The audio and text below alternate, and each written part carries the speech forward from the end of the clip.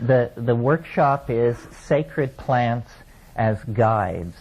A lot of information has to be imparted if we're going to satisfy my pedagogical urge here, because I would really like to leave you with information that you didn't have before, some of which may have practical efficacy in your own life. So in thinking about this very large issue, Sacred Plants as Guides, I basically break it down into 3 categories for ease of handling in a context like this. And they are a kind of survey. How many of these plants are there? What are the chemicals that drive them? And what is their geographical distribution? In other words, just what are the botanical facts of the matter? And then, secondly, I think in order to understand what these things mean for spiritual growth and psychic development, you have to place them in a context. And the context is chronological and historical. Have these things always been around? Have shamans always been taking them? How do they relate to the synthetic drugs that have been developed in the last couple of centuries? So the history of our relationship to the pharmacologically induced ecstasy. And then finally, and probably we'll get to this this afternoon, the phenomenology of the experience and the techniques for achieving and controlling it. Because this is a practical, there is a practicum here. This is not a course in Mongolian philology or something like that. The ultimate idea is to get those who feel called to the task sufficiently informed and psychically empowered that they can push off into the oceans of mind in the interior with some fair amount of confidence that they'll return to port with all hands.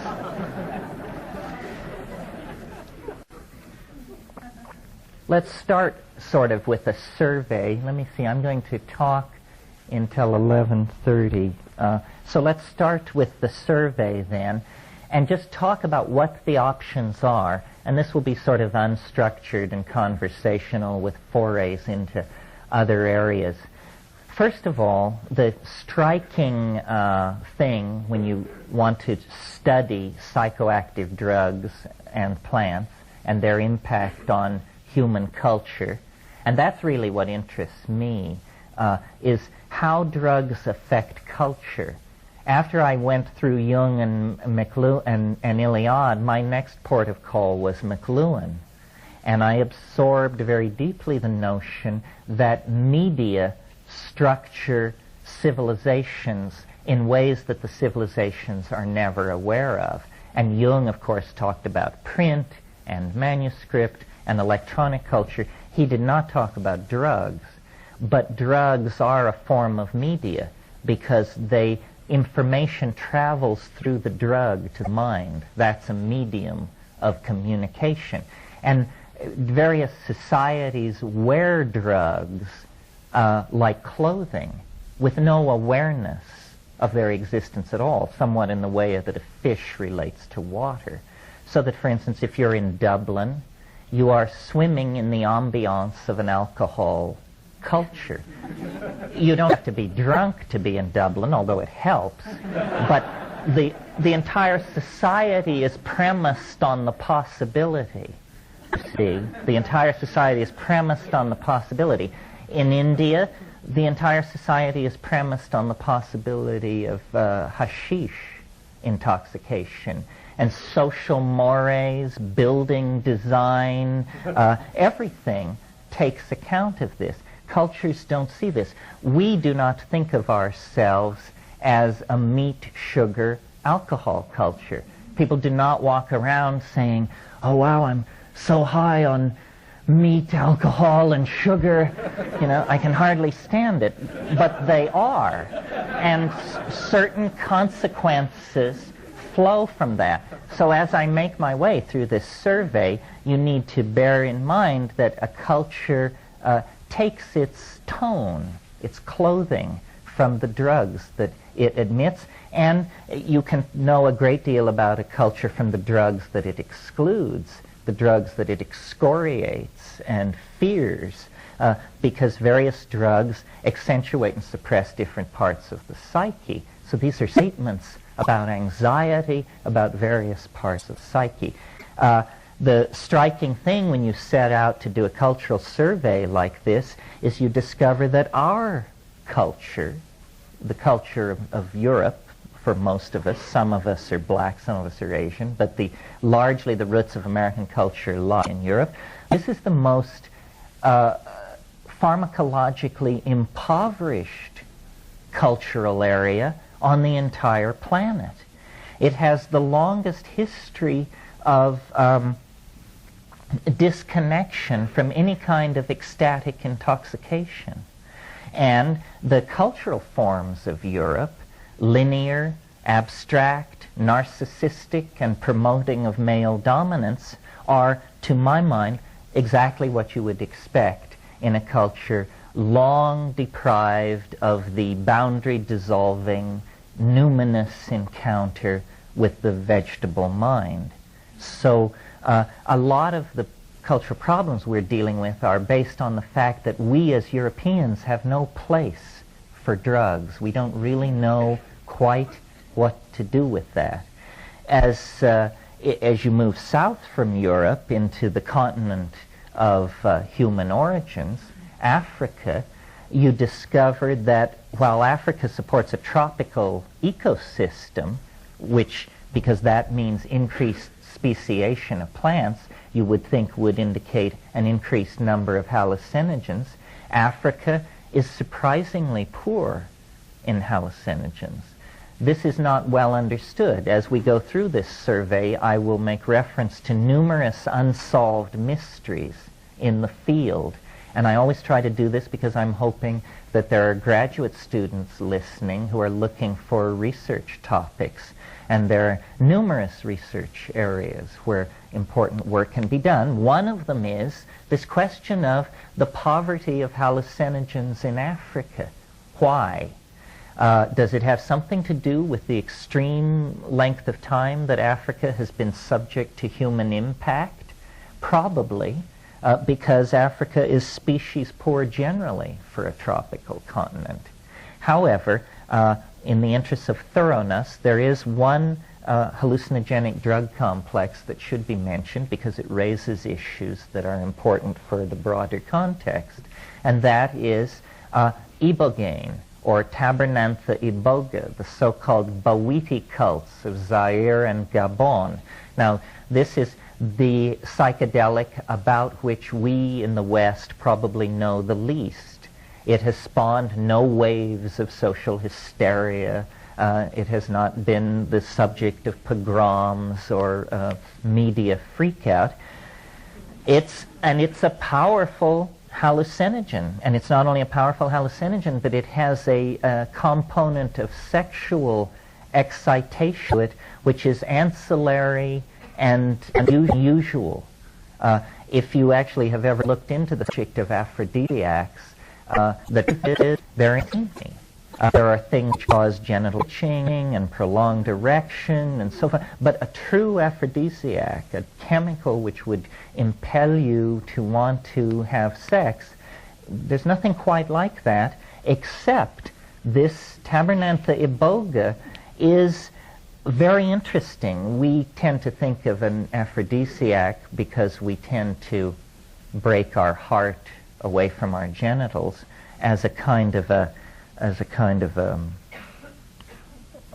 cold thing, I think.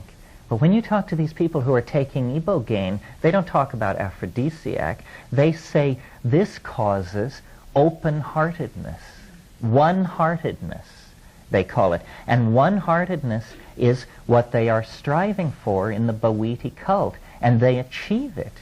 And they achieve it, and it allows them to resist cultural incursions by Christian missionaries. Bawiti is the main cultural force that is holding back conversion to Christianity by these people. Fang culture, the people who are using this ibogaine, it's an interesting culture. There's a great deal of anxiety in Fang culture about divorce and relationships between men and women.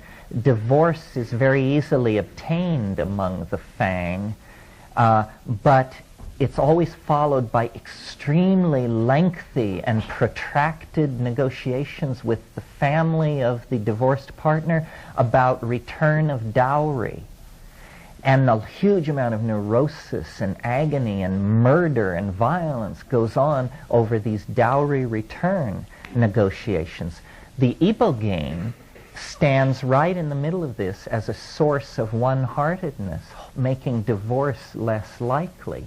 So it's very important as a force for social cohesion. And I mention this because when we reach ayahuasca, we will see, when we reach South America, we will see ayahuasca functioning not as an aphrodisiac or a thing to unify couples, but as a kind of telepathic pheromone that unifies whole small tribal groups together into a one-hearted, one-minded modality. And if we get into a discussion of the possible evolutionary impact of hallucinogens, we'll see that it always lies in the direction of these collectivized states of mind and dissolution of boundaries between people. Other than Tabernanthe iboga, Africa's hallucinogens are trivial, and I won't mention them in the time we have. Cannabis is in Africa as well, but cannabis is worldwide now and probably has been for quite some time. Cannabis is a special case chemically and culturally. We tend to think of cannabis as a recreational drug, but that's because in the 20th century we always smoked our cannabis. In the 18th and 19th century, cannabis was eaten, and jellied forms of cannabis that were eaten, judging by the prose of people like Theodore Gautier, Baudelaire, Fitzhugh Ludlow, and people like that, it was as powerful as LSD, without doubt. I mean, these people were being swept to titanically alien dimensions. Well, when we cross from Africa to India, interestingly, of course, as you all know, tremendous depth of at least concern with the spiritual dimension, if not realization of it. That's a tougher call. India would be a likely place to look for indigenous hallucinogenic plant cults simply because of the spiritual obsession that characterizes Indian thought. When we look at the historical foundations of Indian thought, we find that it all rests on a group of texts composed between 4,500 and 2,000 years ago called the Vedas. And the Vedas are nothing less but the world's longest continuing advertisement for a hallucinogenic plant. The problem is we don't know what this plant is. This is the mysterious soma of the Rig Vedas. And Mandala 9 of the Rig Veda is entirely a hymn to Soma. Soma held Hinduism of the Vedic phase together. Later, it was repressed. And again, graduate students, pay attention. One of the very interesting problems to be looked at by sociologists, social psychologists, and anthropologists is how, if a drug once discovered or a plant once discovered is so wonderful, how can these things ever be lost or forgotten? And yet, in several instances, we deal with literatures which sing the praises of some plant or drug, the identity of which we cannot figure out, or it becomes a big arm wrestle between various competing schools of scholarship. We do not, to this day, know what Soma was. Gordon Wasson, who some of you may know as the discoverer, the modern discoverer of the mushroom cults of Mexico, founder of the science of ethnomycology, believed to his dying breath that soma was Amanita muscaria, the red-topped, white speckled amanita. This is a mushroom which has a major role in Tungusic and Arctic shamanism. But to say, as Wasson did, that this is the supreme entheogen of all time is not supported by the evidence, I think. Wasson's own efforts to become intoxicated on Amanita muscaria were not successful. My efforts have not been successful. Occasionally you will hear anecdotal evidence. Someone will tell a story about eating Amanita muscaria that obviously they had a staggering breakthrough, to a rupture of plane, as Merceliod in his wonderful phrase. But it's extremely undependable. And when you look at the botany of Amanita muscaria, you discover that its chemical constituency is seasonally variant, genetically variant, geographically variant, and so forth. So often, I think, as we gain understanding of a given shamanism, we will see that it depended on an extremely deep local knowledge. And if you take what a Yakut shaman says about Amanita muscaria and attempt to apply it in the national forests of New Mexico, you know, you could end up with a tag on your toe. These things this kind of information doesn't travel well. One of the, you know, there are old shamans and bold shamans, but there are no old, bold shamans.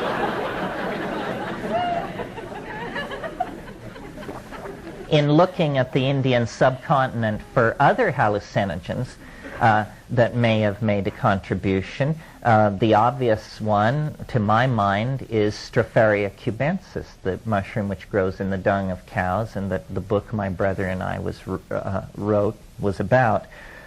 Other possibilities, some of you may know that there are a family of the Argyria family of morning glories, an Asian family of morning glories distributed from India to Micronesia.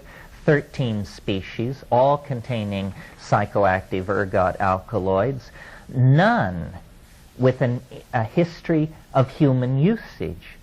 Now, this is another area which really fascinates me. Why do some plants become discovered by human beings and become the objects of cults which last millennia, and others are never discovered at all in societies absolutely obsessed with spiritual advancement? This Argyria nervosa is a perfect example, because you take the seeds are the active part, and you don't need much of this thing. You need 4 or 5 seeds, less than a tablespoon of plant material, which I would bet would make it, per unit volume, probably one of the most powerful hallucinogens in nature. And the hallucinations are absolutely stunning, and nobody has ever claimed this. It's free for the taking. This means you can cut a deal with an ally that doesn't belong to the Hindus, the Mayans, or the somebody else. It's an unoccupied parking space in hyperspace. And it's very interesting. The discoveries are continuous. Just a year ago, some phytochemists in the Midwest discovered a plant. It's always been there. Nobody's ever taken it very seriously, treated it like a weed. Desmanthus illinoisensis, the Illinois bundleweed. This is suggestive that it's called bundleweed because a medicine bundle is, of course, a shaman's mojo bag, you know. But so bundleweed, 6% by dry weight, N,N-dimethyltryptamine, the largest concentration of DMT in any plant, and unclaimed by native peoples, unknown to the folk medicine of the North American Indians as far as we can tell. Well, so this is very interesting. Continuing our survey, since we're now somewhere on the Eurasian continent, we should mention Papaver somniferum, the opium poppy. With cannabis, this is probably the oldest human narcotic. Minoan civilization was entirely based on opium, on the use of opium. And in fact, when Michael Ventris translated the tablets, the Linear B tablets, they got these tallies, and they thought at first that the symbol for opium must be the symbol for wheat, because the tallies were so huge of the stuff being moved and sold. And then when they sorted it out, they realized, no, for the last 1,000 years of its existence, the Minoan civilization drifted deeper and deeper into an opium narcosis that was its way, I think, of anesthetizing the pain of the death of this last outpost of the goddess religion, because that's what it was. It was a cultural anachronism. While Asia Minor had gone over to god-king city-states and bronze-tipped spears, the people of Minoan Crete had kept the old, archaic religion that came out of Africa. And then in the last gasp of that Minoan culture, those mysteries were handed on to the mainland of Greece and became the mysteries at Eleusis and other cult sites. It was said by the commentators, contemporary commentators of the Hellenistic world, the rites practiced in secret at Eleusis are practiced in public at Knossos. And this was the difference, the going underground of the old proto-Minoan mother religion. In modern times, we have a horror of opium. People are amazed that I even mention it in the same breath, but it doesn't hurt to remind ourselves that this virulently addictive substance, opium, was not even noticed to be addictive by anybody until 1627, when the English physician John Playfair, for the first time, commented that opium, once taken over a long period of time, then there would be a requirement that it be taken throughout life. We're right in the middle of a drug war at the moment, and it's interesting in that context to notice how the goals of drug wars can change. 100 years ago, the British Navy was involved in what was called the Opium Wars in China. Very few people in the modern world have bothered to inform themselves to find out that the Opium Wars were about the right of the British government to deal opium. The Emperor of China did not want opium dealt in the ports of China, and the British government used cannon to enforce their desire to sell opium in the ports of China. Why were the English trying to sell opium in the ports of China? Because the tea trade had collapsed through overproduction, and they were stuck with all these tea ships. They had created a whole global infrastructure for the sale of tea. When the market fell out on tea, they just turned to opium. They grew it in Goa, and they sold it in China. And this was government policy less than 120 years ago. Okay, well, moving on then from Eurasia, and I'm sure I'm missing different things, but if I missed your favorite thing, bring it up in the question period, to the North American continent. And the North American continent is, I almost said similarly cursed like Europe, but that's just my prejudice. The North American continent is similarly poor in hallucinogens. There are no very interesting hallucinogens in North America, and North American Indians, North American culture, did not avail itself of this ecstatic plant-induced shamanism. It tended more to go for what's called ordeal shamanism, the Sundance thing where you hang yourself by your pectorals on hooks and stuff like that. There are other ways to attain these visions. But you see, that absence of good hallucinogens in North America just reinforced that whole beer and woolen and uptight thing that came from Europe. The only major hallucinogen to have a role in Native American culture is, of course, peyote. And many people, without informing themselves, imagine that peyote is something which goes millennia into the past, and this is absolutely not true. Peyote use may well be less than 1,000 years old among Native Americans. When you go back into the old graves and the old burial sites in the Rio Grande Valley and south, you don't find peyote. What you find are the beans of Sephora secundifolia. You all probably know this plant, though you may not know its name. It's the plant that produces the very hard red and black bean that they can string. If you all know what collarines are, these are erythrinas, which are related to these things. Okay, that stuff contains cytosine and cysteine. These are what are called ordeal poisons. And it might be worthwhile to just talk for a minute about ordeal poisons. I said there's more than one way to skin a cat.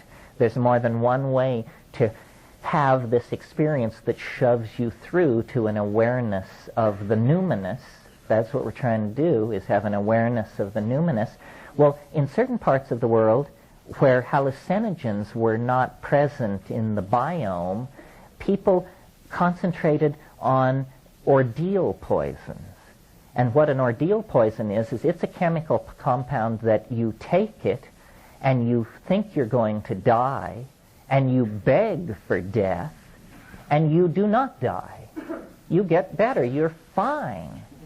And you're so damn glad to be alive that you undergo an abreaction. You get straight. You shed some of your complexes and you turn over a new leaf. Is what it is. Well, in Madagascar, these ordeal poisons have been brought to a high state of perfection. Also in Malaya, there's a poison complex that replaces a hallucinogenic drug complex, and these are horrific poisons. So what apparently was going on in the Rio Grande Valley was, after centuries of this Sephora secundifolia cult, someone discovered peyote and said, my God, thank God. And then the other plant which was big in the Southern California, northern Mexico, and across the Southwest were the tropane-containing daturas, the so-called Tolach religion of Southern California. Well, these are deliriant confusants that are, unless you have a psychic constitution that is not like mine, you can't take these things. They're I just found them confusing. It was like a kind of madness, and also physically very difficult to handle. I experimented. I had a phase with these things when I was in Nepal, because there are sadhus, holy men in the Kathmandu Valley, who swear by this stuff. And if you're in Kathmandu, you may notice in the gutter, well, you'll notice plenty in the gutter, but you may also notice these datura pods, empty datura pods, and I noticed them and started asking questions, and then out at the King's Game Preserve past Pashupatinath, I found a bunch of these things and laid in a supply. And but it is an occult, watery, it's a dimension of confusion, not a dimension of high awareness. And I think some of you have heard me tell the story about the reason I gave it up was an Englishman, a friend of mine who lived in this little village in Nepal where I lived. He was also experimenting with this stuff. And one day I was buying potatoes and tomatoes in the market, and I ran into him, and we started having a conversation. And in the course of the conversation, he revealed that he believed we were in his apartment. And then I knew that we were losing hold on our grounding. So I don't recommend that. I don't have a whole lot to say about it. Apparently it's a thing for magic, power magic. And I've never been particularly interested in that because I'm afraid of it. I'm a watcher. I like to look. I like to get very close to it and watch it. But I'm not into grabbing it or doing anything with it. I have a feeling that would lead to catastrophe for me personally. Okay, where are we now? Northern Mexico. Now we've gone all around. We started in Europe. We went down into Africa, across the Eurasian continent, North America, northern Mexico. Now things get interesting because as you leave the Sonoran uplands and go south in the Sierra Mazateca, it is this mushroom complex which Valentina and Gordon Wasson discovered in the 1953s. 17 to 22 species, it depends on who's counting, of extremely endemic, meaning very localized species of mushrooms, all producing psilocybin, coincident with the cultural site of the Mayan, Mixtec, and Mazatecan civilizations. And this is psilocybin, an extraordinarily powerful, visionary, and benign hallucinogenic metabolite. Once the Wassons had nailed down this Mexican mushroom complex, then people started checking, and they discovered these mushrooms or conspecific species in many localities. Two that are worth mentioning are the Pacific Northwest, Oregon, Washington, and British Columbia, which appears to be the world center for species density of the psilocybin gene, and strangely enough, very good ethnographic research turns up no hint that these Kwakiutl, Shimsham, Tlingit, and other people had any hint of this. They lived in the center of the psilocybin distribution complex, and as far as we can tell, their shamanism, which was highly evolved, never discovered or made use of this. Not so these civilizations of Mesoamerica. The other place where these mushrooms have now been discovered, and the range seems to be extending every year, is Europe. The tragedy of European civilization is that the logos was apparently there all the time. The English countryside, I understand, is now practically a scene of annual mushroom runs that are not unlike the lemming runs of Scandinavia, and everybody pours out to collect the semi-lanceata mushrooms. I've been told, I haven't been to these sites, but I've been told that Ionia, where the Book of Kells was composed and where St. Columba went, is covered with mushrooms. It's very clearly a mushroom ecology. Attention, graduate students, the tracing of mushroom motifs in European art and civilization and culture is an extremely rich, untapped field. If you need some clues, look at family escutcheons. Look at family crests. In France and the Italian parts of France, the Morelli family has the morel on their escutcheon. There are other mushroom families and mushroom names. So there may have been, this may have been the struggle between paganism and Christianity may have revolved around a mushroom. We know Druids were into plants. We know they were into oak groves. But the plant that is always mentioned as the Druidic psychedelic psychic plant of choice is mistletoe. But mistletoe is chemically very disappointing. And I've wondered if mistletoe is not, it wasn't the plant they wanted to symbolize to symbolize the symbiosis of one plant upon another. It's that the mistletoe symbolizes epiphytic existence. Anyway, this is an untapped area. Once you get into the New World tropics, then you are in the great domain of of the hallucinogenic plants. And no one knows why it is that the tropics of the New World are tremendously rich in hallucinogens. I mean, I don't know how many of you are botanists or biologists, but try to imagine figuring out a set of evolutionary constraints that were operating on one side of the planet but not on the other.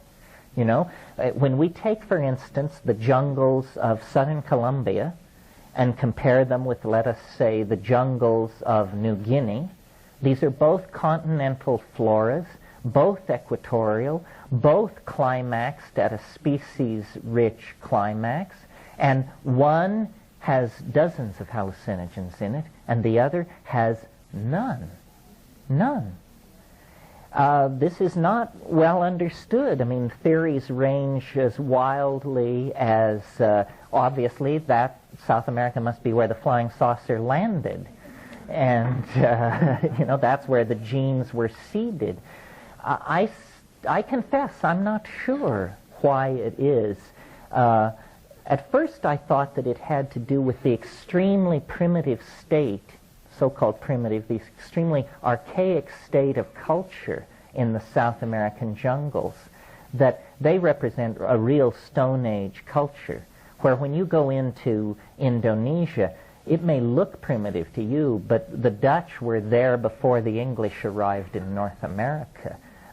It has had centuries and centuries in which these things could be forgotten.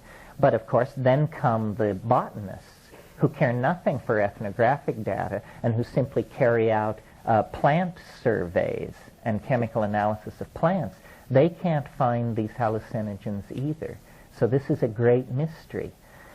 In the tropics of Mesoamerica and the equatorial tropics of the New World, there's a vast panoply of hallucinogens, not only the mushroom complex, but then also this ayahuasca or yahe complex that we've referred to several times. This is a huge jungle vine. And as we cross into the yahe area, we also cross an interesting barrier, because we move from plants, single plants, which are hallucinogenically active, into the realm of preparations. We're on the threshold of the concept drug here, because what ayahuasca is two plants which are not active unless brought into combination with each other. One plant contains a monoamine oxidase inhibitor, and the other plant contains DMT, which would be destroyed in the gut if taken orally, unless it were taken orally in the presence of an MAO inhibitor. Well, this was not understood by Western pharmacology until 1956, but it was understood by Amazonian shamans millennia ago. So they bring these two things together, and by varying the ratio between the plant containing the beta-carbolines that inhibit MAO and the plants that contain DMT, they can intensify or de-emphasize the visions. Well, most of the hallucinogens in the Amazon basin run on tryptamine of some sort, usually DMT. In the upper basin of Colombia, Ecuador, Peru, like that, you get these yahe ayahuasca beverages. These are things you drink, and then it comes on. You have these outlandish trips. As you go down into the lower basin, the Banisteriopsis cult gives way to these snuff cults, Ibina and Niopo, depending on the languages. These don't depend on an MAO inhibitor for their activity because they're absorbed through the subnasal mucosa, which is an extremely effective way for getting drugs into the system. The problem with that complex, the snuff complex, is that we are just physically such delicate and wimpy people that we can't stand that route of drug administration, because what they do is they toast these seeds of Anodonanthera peregrina, this huge leguminous tree which is the source of the seeds. They toast these seeds and powder them, so what you get is a kind of rough cross between sawdust and charcoal, and then they have a hollow tube about this long, and they load it up with this stuff, and you squat down and put the tube into your nostril, and your friend, not you, because you would not do it hard enough. Your friend then takes a huge breath of air, and it's just like being hit in the face with a 2x4. I mean, it's like being hit in the face, and you fall over backwards, you scream, you salivate, you squirm around there in the dirt for a minute or two, and then you sit back up, and by that time, the tube has been reloaded for the other nostril. And then, and your eyes, your sinuses can't believe what's happening to you. So you have to sort out this whole sinus shock, which is going on in parallel with then an evolving, strange state of mind, which is beginning to take over and clarify everything. And then there are numerous minor variations on these themes. Might talk just a little bit about the chemistry of these things and the chemistry of hallucinogens generally. My attitude toward this question of plants, compounds, drugs, should these things be used for spiritual growth? If the answer is no, then that finishes. You don't have to go any further. If the answer is maybe or yes, then other questions arise. Which compounds out of this whole survey, and at what frequency, and at what dosage, and under what circumstances?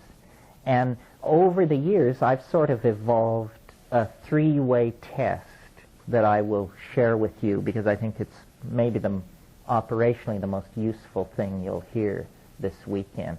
And that is, if you are contemplating some compound, some plant, then the first thing to ask yourself is, does it occur in nature? Does it have some tangentiality to what is already existing? Because obviously what exists, that's nature, has undergone some vast winnowing process out of the set of all things which might exist. In that wonderful phrase of Alfred North Whitehead's, certain things have undergone the formality of actually occurring. And so certain compounds have undergone the formality of actually occurring in the biological matrix, and so they should be our pool out of which our experimental compounds should be drawn. But this is thousands of compounds. How can we further narrow it? Well, an excellent way of narrowing it further is to ask the question of this compound, does it have a history of human usage? Does it have a history of human usage? That is your FDA approval. Because if you can point to a tribe of people who have been taking this plant or mushroom or whatever it is for millennia, and they don't have miscarriages, tumors, cataracts, blindness, Down syndrome, 8 fingers on the left hand, or whatever it is, then you can be fairly confident that this thing is benign, that these people have observed its action on pregnant women, the elderly, those with, and that it has passed that test. Then, finally, the narrowest gate through which a compound has to go to intersect my precious body is it has to have an affinity to ordinary brain chemistry. It has to have an affinity to ordinary brain chemistry. We don't want to launch something on your brain that it can't recognize at all, that it has no biosynthetic pathways to degrade, that it has no receptors for just some crazy thing, 5-amino-3-triethylphenthioanaxidine or something. We don't want that. There's not the spirit that we're acting in here. So if the compound can get through those 3 barriers, then it's an excellent candidate for providing spiritual gain at low physiological impact. Well, now some people may say, oh, well, you've taken all the fun out of it. All the good things have been tossed aside in this mad rush to purity or something. Not at all. The very best stuff was retained in this process because in terms of relative strength and bizarreness of effect and so forth, the strangest, the most powerful, the most transformative of all hallucinogens in nature or out is dimethyltryptamine, DMT. And it's worth talking about DMT for a moment because it will raise certain issues and distinctions that you may not have been aware of. First of all, DMT is hands down the most powerful of all hallucinogens. I mean, it is so powerful that whatever's in second place is lost over the horizon. Yet, it is the most benign of all hallucinogens because it occurs as an endogenous neurotransmitter in the normal human brain. We, every single one of us at this moment, have N,N-dimethyltryptamine being synthesized, activated, and degraded in our synaptic membrane. So this is almost a paradox. The most benign of all hallucinogens, the most fast-acting, I should also add, is also the most harmless, the easiest to take. It sort of puts a certain obligation on the experient because there is no reason to hold back except that there is this question, does it drive you mad? And then the more serious version of that question, what about the possibility of death by astonishment? This is no joke. Death by astonishment is, I think, probably the major risk we run with this stuff because the impact of the breakthrough is so total, so complete, so unexpected. And in a way, this sort of brings me back around to my theme because I encountered DMT, LSD, all of these things in that very period when I was getting set to take flight as a Jungian analyst. And what completely blew my mind about DMT, and I mention it again, here's an opportunity for research, is how here's a heretical construction, how trans-archetypal the content of the flash seemed. I was appalled because not only had I a certain amount of interest in Jung and proclivity along those lines, but my original major had been art history. Art historians, what we're trained to do is to be able to look at a motif and say, oh yes, I'm familiar with this from ceramic from second millennia Peru and also Mandaean embroidery work. We know motifs. We're trained to recognize and connect disparate aesthetic domains. Well, when I smoked DMT and came down, I said, this is not on the map. I can't believe it. This doesn't connect up to anything. How can there be domains of the human mind that do not announce themselves in folklore, fairy tales, dreams, or mandala painting, that are so removed from the ven of what is human that they are apparently not accessible in structuring our maps of our self and our psyche. And that for me was the contact with what I call, and I didn't call it this, Rudolf Otto called it this, and this term influenced Jung, Otto preceded Jung, was it is the wholly other. And if there is an archetype of the wholly other, then this is it. But perhaps the wholly other transcends the archetypes. This may explain to some degree Jung's interest in Gnosticism, especially the Valentinian school of Gnosticism, which holds, that there is a higher and hidden Father, all God, who is outside the machinery of cosmic fate. And it seemed to me that in those extremely profound DMT flashes, I was actually witnessing a domain outside the machinery of the archetypes, which is, for us as moderns, that's what the machinery of fate is. It's not zodiacal machinery. It's hardwiring in our psychology and our genes that gives us our fate. Well, so having said that, I've not only made the survey, but also brought us to, by ending with DMT, the subject matter of this quest.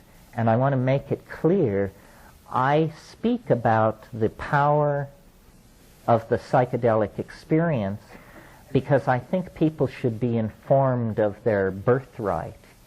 And I feel very antsy around the notion that someone might go from birth to the grave without ever having a psychedelic experience. It makes me as antsy as the notion that somebody might go from birth to the grave without having a sexual experience. It's a strange kind of protective denial, or a kind of expression of fear. This is our birthright. This is part of what it means to be human. These altered states of consciousness, I think, are pretty much scripted into the existence of women because most of them will give birth, which is an organically scripted psychedelic experience from which there is no escape unless, of course, you go for the drug knockout, the spinal, and then you miss everything. But biologically, physiologically, women are set up for this experience. Men are not. It's possible to build such barriers against overwhelmment that it never happens in your whole life. And I believe that if we psychologically analyze the effects of these psychedelics, what they do is they dissolve boundaries. That's all. I mean, if you interview 10,000 people who've had the psychedelic trip, each one has their own hierophany, their own hieroskamos that unfolded for them, but the sum total of it is boundaries dissolve, and then whatever's on the other side of your boundary comes flooding in to claim you and to reshape and remake your psyche. Well, I see the entire illness of our civilization as an ego-inflationary illness. We have gone so sick with ego that we are literally murdering the planet rather than confronting the consequences of our psychic imbalance. And the psychedelics act to redress this. They are almost an inoculation against the ego. And I see the ego as a phenomenon arising in historical time, or rather, actually, history is caused by the ego. But the ego is a component of the psyche that arose in the post-archaic phase, in the post-psychedelic phase. It's entirely a modern invention. It's less than 15,000 years old. And the assumptions of the ego are the source of our neurosis, our disequilibrium. Why did the ego arise? It arose because of the climatologically enforced abandonment of these psychedelic religions of the archaic period. In other words, here is the scenario as I see it. Primates, even primitive, even non-advanced primates like squirrel monkeys, howler monkeys, these kinds of primates, all have male dominance hierarchies. The whole thing with primates is about male dominance. But a lot of things about human beings mark us as the most unique member of the primate group. Obviously, we look different from any other monkeys. Even the stranger monkeys look more like the normal monkeys than we look like them, or they look like us. Our upright posture. The other thing about us is our suppressed estrus cycle. We cannot tell at a glance whether a woman is in heat or not. And yet, obviously, that had a tremendous shaping force on the social psychology of the primates. I believe that everything about us that is noble and worth saving occurs against the grain. That if we had followed the grain, we would still be competing with jackals for the carcasses left by lions of large game kills on the plains of Africa. But when the African continent began to dry up and we were forced out of the trees where we had an arboreal vegetarian lifestyle, we came under great pressure to expand our diet. And I believe that the great unstudied factor in human evolution and human emergence is the effect of a complex diet on our emerging species. And it's not only the presence of hallucinogens such as psilocybin in the diet, but other things as well. Psilocybin is the most spectacular case, and if you came to see Darwin, you'd have to hear about evolution. So you came to see me, so you have to hear this little theory about human emergence. Most of you can probably recite it by heart now. But it's a three-step feedback loop from a fairly bright monkey to a fairly stupid human being. And the way it works like this. These monkeys come down out of the trees. They're predating on kills of ungulate mammals made by lions. They're competing with jackals. They're testing all the foods in the environment. And lo and behold, in the manure of these ungulate mammals that are irradiating across the African continent, there are what are called coprophytic mushrooms.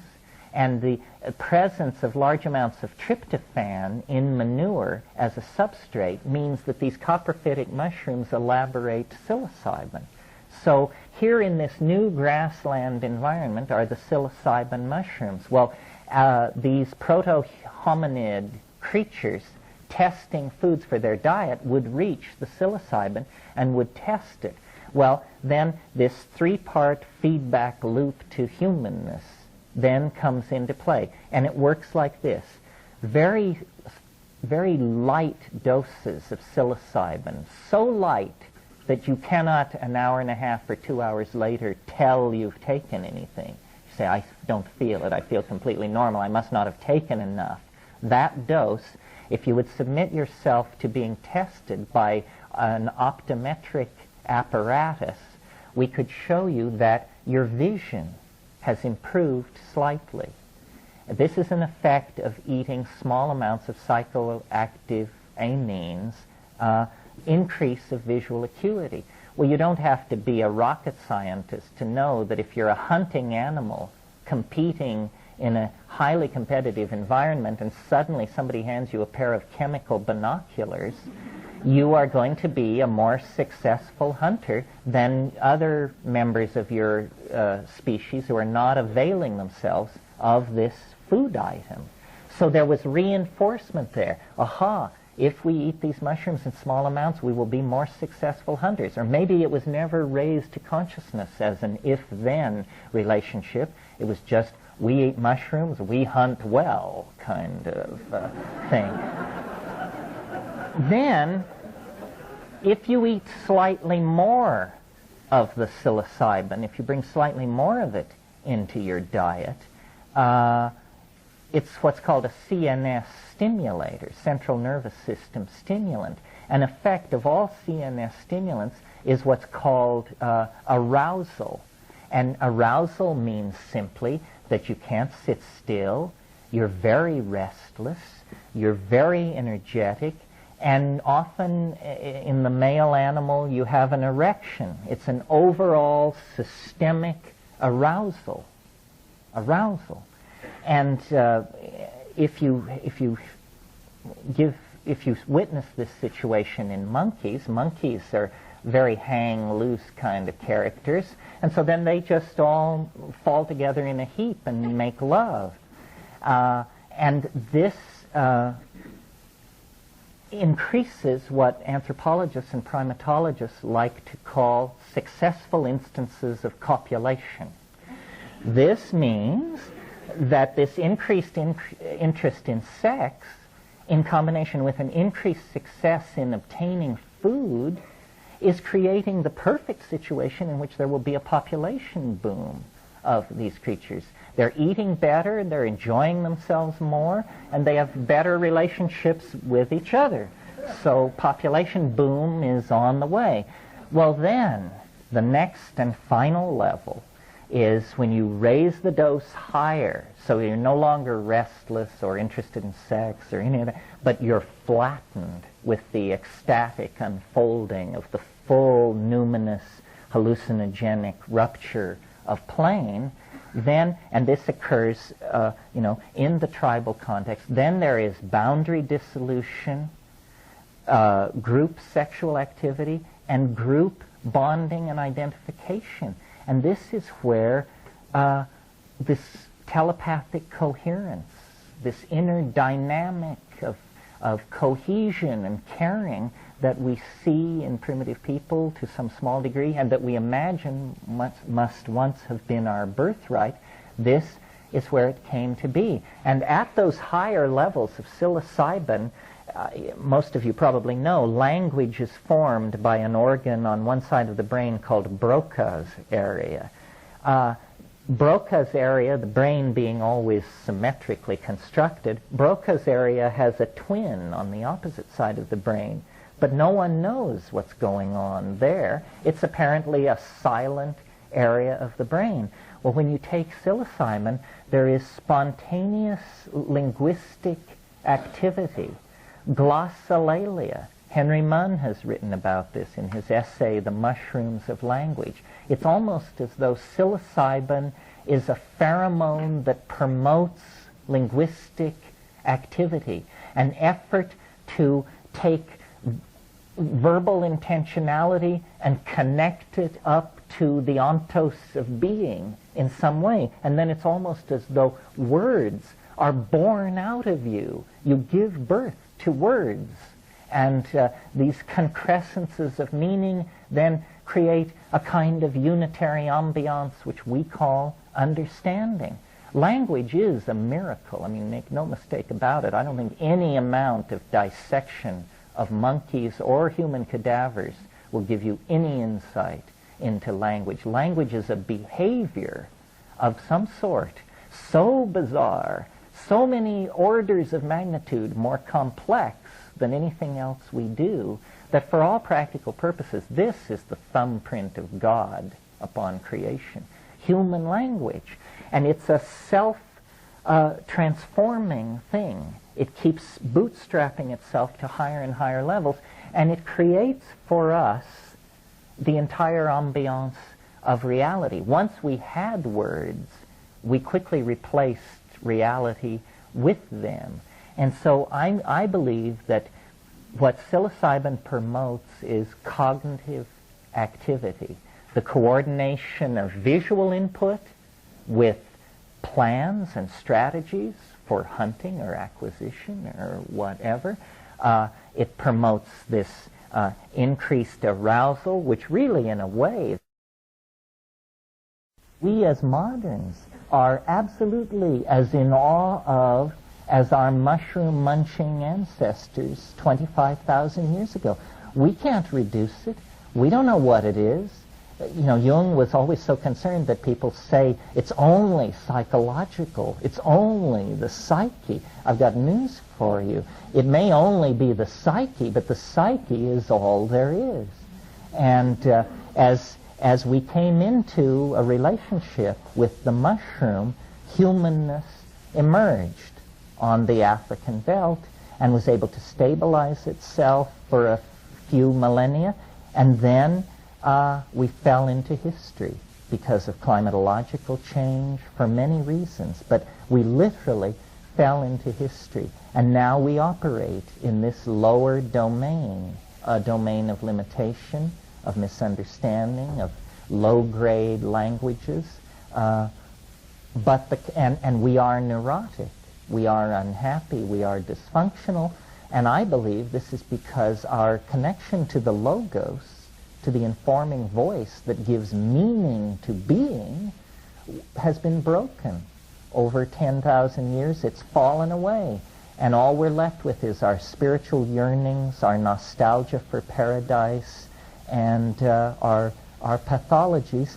And, miraculously, we are left with the time capsule of preservation represented by the rainforest shamanic cultures that use hallucinogens.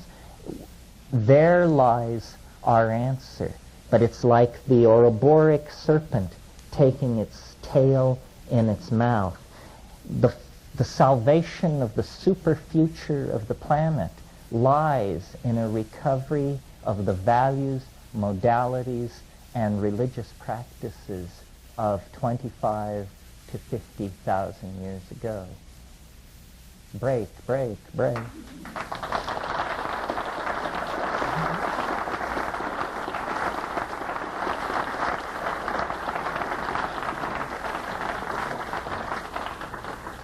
We haven't screened the pile, so we're just going to go through them, and I'll read them aloud. And normally I give long answers, but there's such a stack of questions here.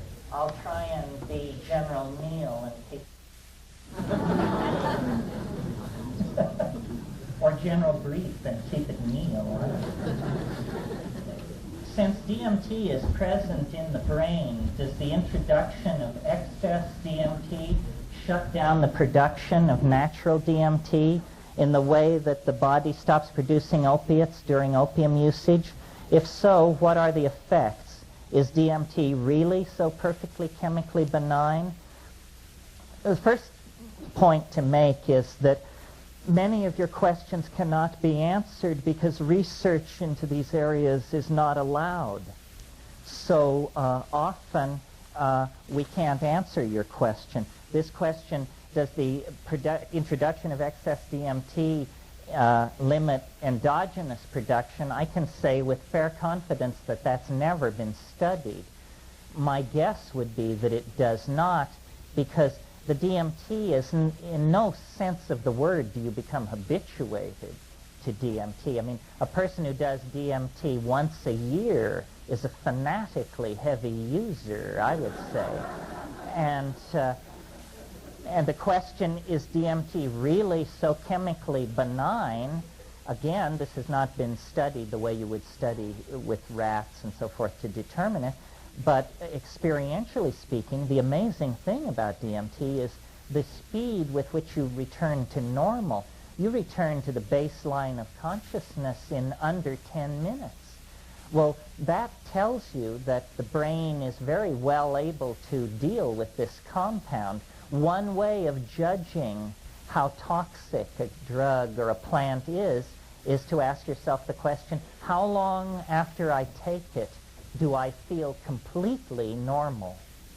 And with DMT, you feel completely normal 15 minutes after taking it. It's the shortest recovery time of any drug. This question is concerning the bundleweed. While it does not directly meet the criteria of long-term use, is it to be considered safe? I'd say the way to answer that question is to do a chemical analysis of the bundleweed. If there's nothing present but DMT in it, I would think it should be considered safe. Now, there may be other compounds present. In South America, it's possible to contrast two plants, Psychotria viridis, which has almost entirely nothing in it except DMT as the portion of its alkaloid fraction, or Varrola carthaginensis, which is used in the making of snuff, and chemically it's a mess. It looks like they swept the floor. You've got NN-DMT, 5-MeO-DMT, alpha-methyltryptamine, monomethyltryptamine, 6-hydroxy-O-methyltryptamine. All of this you don't want. You want a narrow, surgical strike on the synapse is what you're going for, not splattering all kinds of junk all over the place. What is the best medium for psilocybin spore germination? Potato agar or what? The best medium is rye malt agar, no question about it. Go with rye, organic rye malt extract. In today's climate, talk about access to shamanic pharmaceuticals for the average person. This is the where do I get it question, dressed up in respectable terms. Well, without being too self-serving, let me say my brother and I wrote a book on cultivating mushrooms called Psilocybin, the Magic Mushroom Grower's Guide by Otios and O.N. Eric. I'm Otios, as you can see. And I really believe in growing mushrooms. If you are, as you sit here, not psychically strong enough or balanced enough to take psilocybin, then if you learn to grow it at the end of that process, you will be. Because growing the mushroom teaches you cleanliness, punctuality, attention to detail, steadiness, all of these virtues, which are the very virtues you need to travel smoothly in that dimension. Other hallucinogens, other shamanic hallucinogens that you will find easily available to you without breaking any laws, the heavenly blue morning glories sold in every seed store and garden store are not to be taken. Do not take them. They have been dipped in a fungicide that will make you sick. Grow them and collect your crop and take that.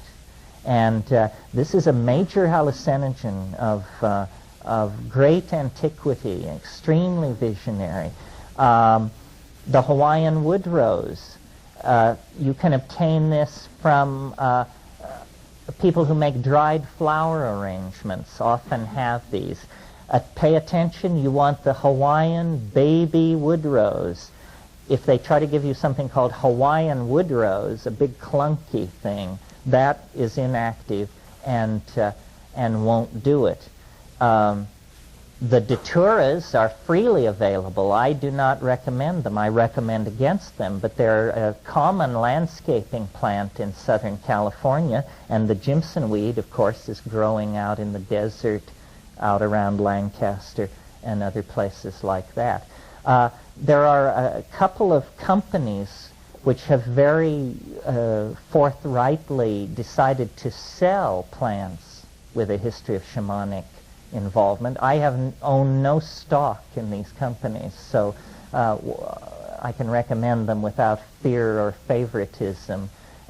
One is called Of the Jungle up in Sebastopol, California, and the other one is called Dream Gardens, and I think it's here in Santa Monica.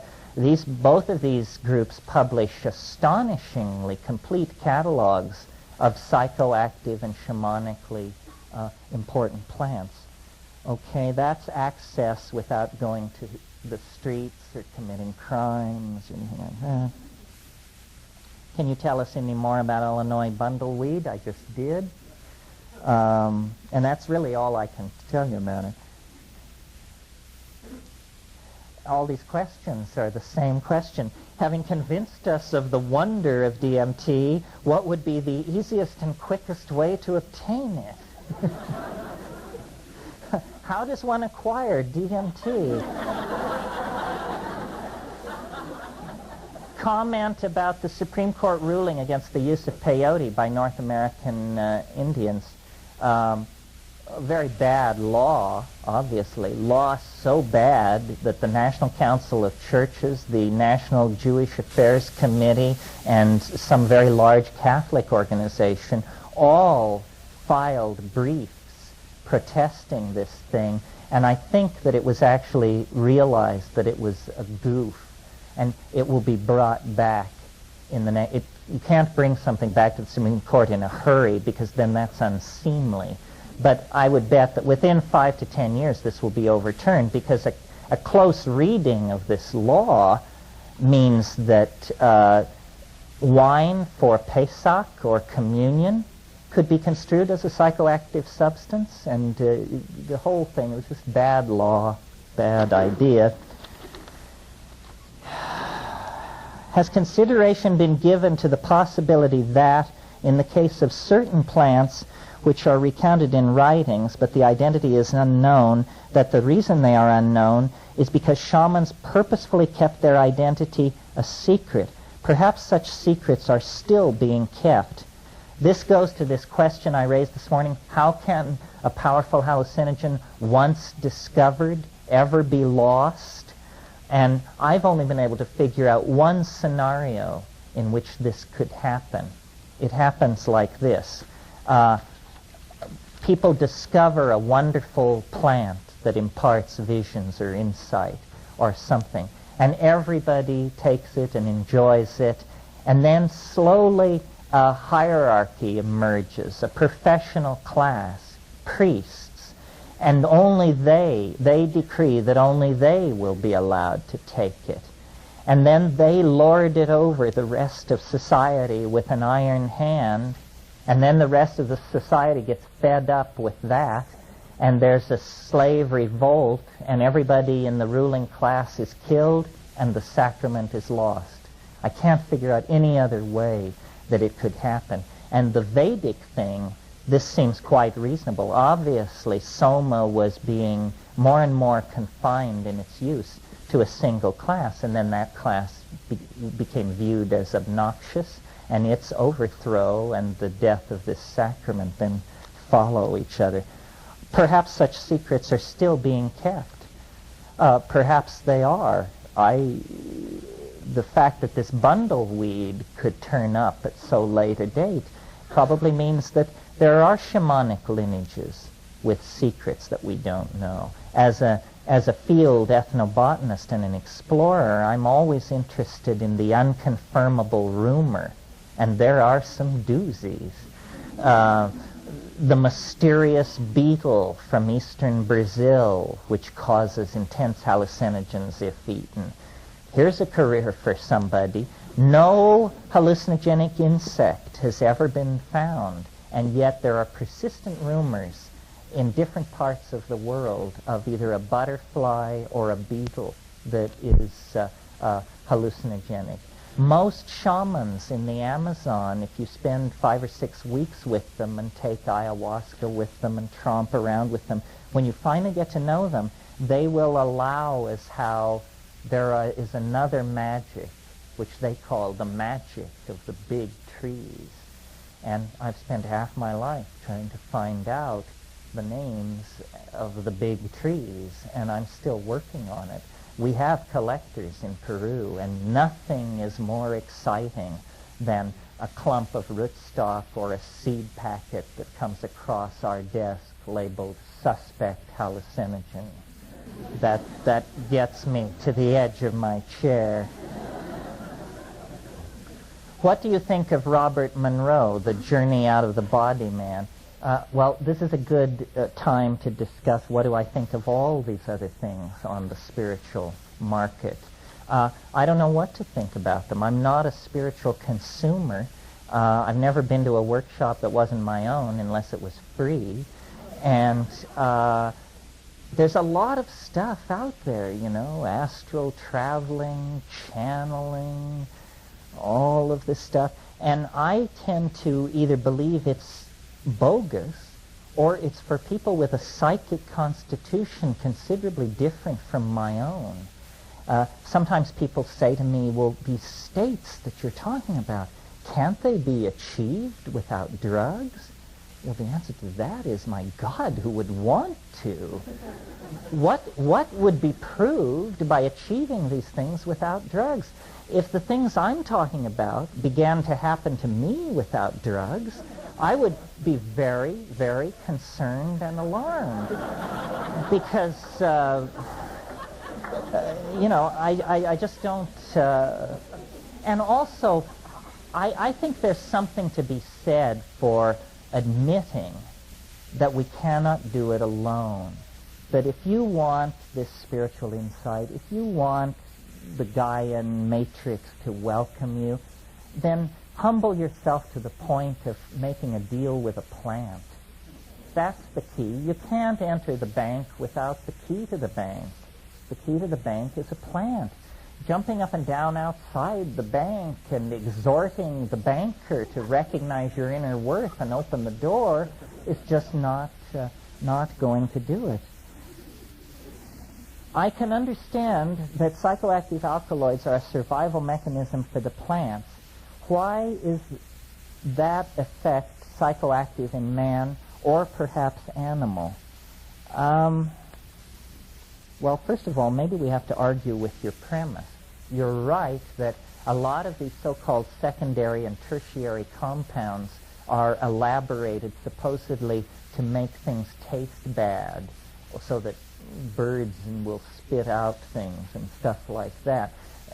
But on the other hand, they've studied this question fairly closely, and a lot of these alkaloids are produced specifically to attract animals, to bring them in to nectaries and as pollinators and that sort of thing. Old-style botany always believes these compounds are what's called tertiary to metabolism, meaning they're kind of like waste products and not very important, garbage. But when you look carefully at a psychoactive plant, invariably what you see is that the psychoactive chemistry is going on where metabolism is most active. This is an indication that actually these things aren't tertiary at all. They are doing something for the plant, but we don't know what it is. As to why they have this peculiar effect that they do in us, I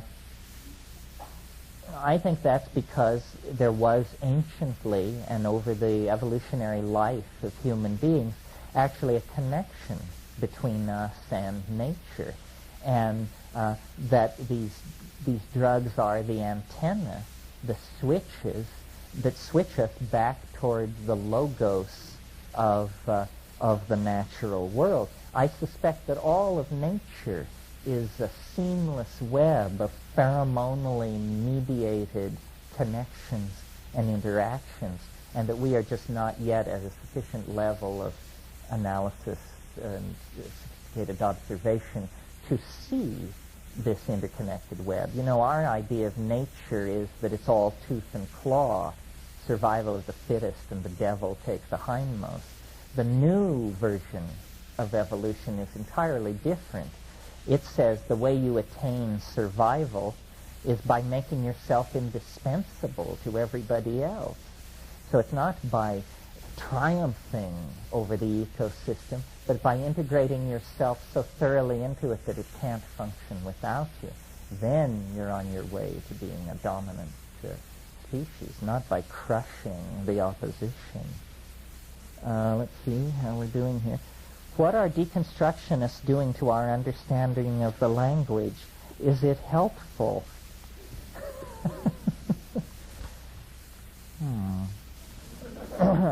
By deconstructionists, I suppose you mean Jacques Derrida and that crowd. Well, I think deconstruction serves a very useful function. I think we are unaware of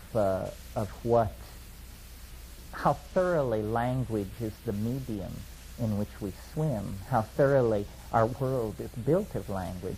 In a way, the boundary-dissolving character of the plant hallucinogens is a dissolving of language barriers. They show you that the surface of reality was not the surface of reality, it was the surface of your local language. And now it's gone, and here is what lies beneath it. At what point in the evolution of organic matter on Earth do psychoactive plants appear, and why? Interesting question. If we're talking about psychoactive fungi, we're severely limited by the fossil record because no fossil mushroom has ever been found older than 40 million years. This is because fossil mushrooms are very soft-bodied, ephemeral kind of things. As primary decomposers, which is what fungi are doing on this Earth, it's reasonable to assume that they must have been here from the very beginning of the conquest of the land.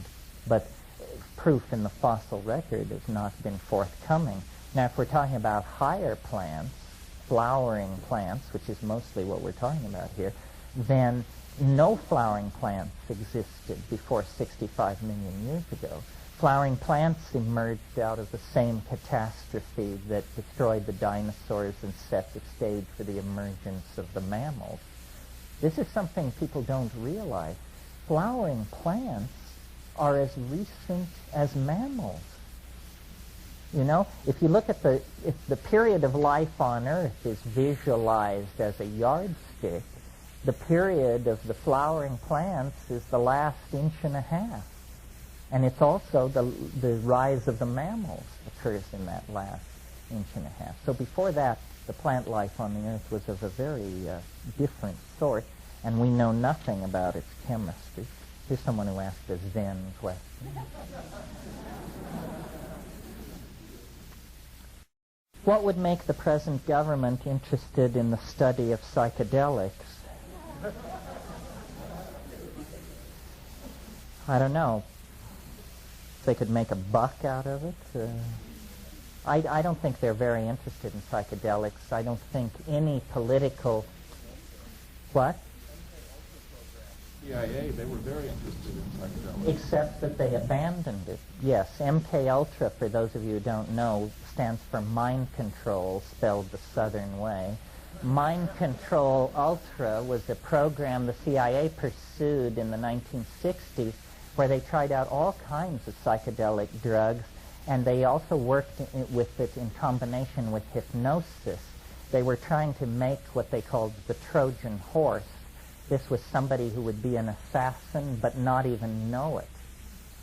And how far they got with all of this, we will never know, because of course it all disappears behind the walls of secrecy. But the declassified history of the CIA and LSD is very interesting. Some of you may know the book Acid Dreams by Martin Lee. Fascinating history of the way the government tried and really failed, I think, to use psychedelics. The government's initial approach to LSD was, this is great. This is a truth serum. We can give this to enemy agents and they'll tell us all we know. Well, a few months of following that path, they decided, no, this is an obscurity drug. We can give this to our agents and they can take it if they're captured and no one can learn anything from it. And, you know, clearly this was not a fruitful path either. And I don't fault the government. I don't really fault the government for this. After all, the government is in the business of being the government. I don't think any institution can inculcate psychedelics into its own program, because psychedelics destroy institutions. All institutions. I mean, it's like trying to move an acid around that corrodes whatever pipes you pour it through. And because the boundary-dissolving quality of psychedelics is precisely the quality that government is involved in resisting. Government builds up labels, hands out role models, explains how everything is, and this stuff just then melts that back into a primal chaos. So it's pretty corrosive of any social values that don't arise spontaneously out of biological organization. It's anarchist. It's the acid of anarchy in a way. All right, we're never going to get through this list, but it's gratifying to know it's here if we need it. Here's a question about the time wave, which I'm going to skip because we're not talking about the time wave today, and pity the poor soul who's never heard of it. Know of any herbal sources to raise serotonin as a treatment for depression?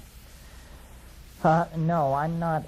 I don't know a lot about herbal medicine and that sort of thing, but raising serotonin level as a treatment for depression seems like a pretty good strategy. I don't know of herbs. Usually inhibition of serotonin is what's going on. And with these psychedelics, they do compete with serotonin for the bond site. That's what it's all about at the atomic level, is in your synaptic cleft. In the synaptic clefts of your neurons, there are what are called receptors. And if you were to fly down and look at these things, they look like complex locks. They're hooks, protuberances, little drawers, and fit in places.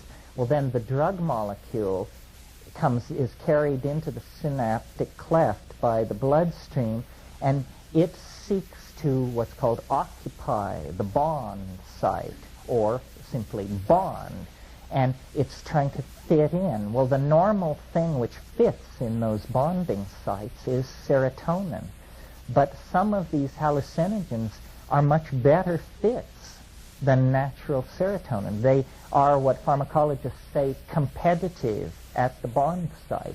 And so they literally elbow the serotonin out of the way, and then they fit themselves into the receptor. Well, once the receptor and its agonist are in place, then the biodynamic, the bioelectric field of the synapse can be activated. Well, if you swap out serotonin for an exotic molecule like harmine or mescaline or something like that, well, then this shifts the mode of this molecular level electrical environment. And I believe that that is what then registers as a higher cortical experience that we call the trip. It's the experience of hundreds of millions of these introduced molecules displacing the normal serotonin and then broadcasting this signal in a slightly different way than it is normally perceived. So there's a molecular connection. There's a connection down into the molecular level. This will be our last one this morning. Language transcendence. Huxley, Jung, and others often mention liberating and enlightening epiphanies as beyond language and iconic imagery. You yourself mention this.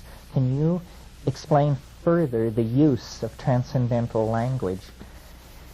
Yeah, and we might talk about that a little this afternoon. I sort of alluded to it this morning. My idea is that language is a process that is half completed in us as we sit here, and that language is really something which wants to be seen, not heard, but that we are on our way to evolving toward this visible language, and we currently are operating with these somewhat substandard acoustical codes where I make small mouth noises, they go through the air, they strike your ear, you look in a culturally validated dictionary.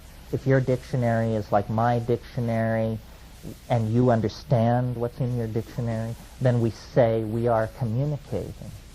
But in a visual language, in a visibly beheld language, there is no culturally validated dictionary.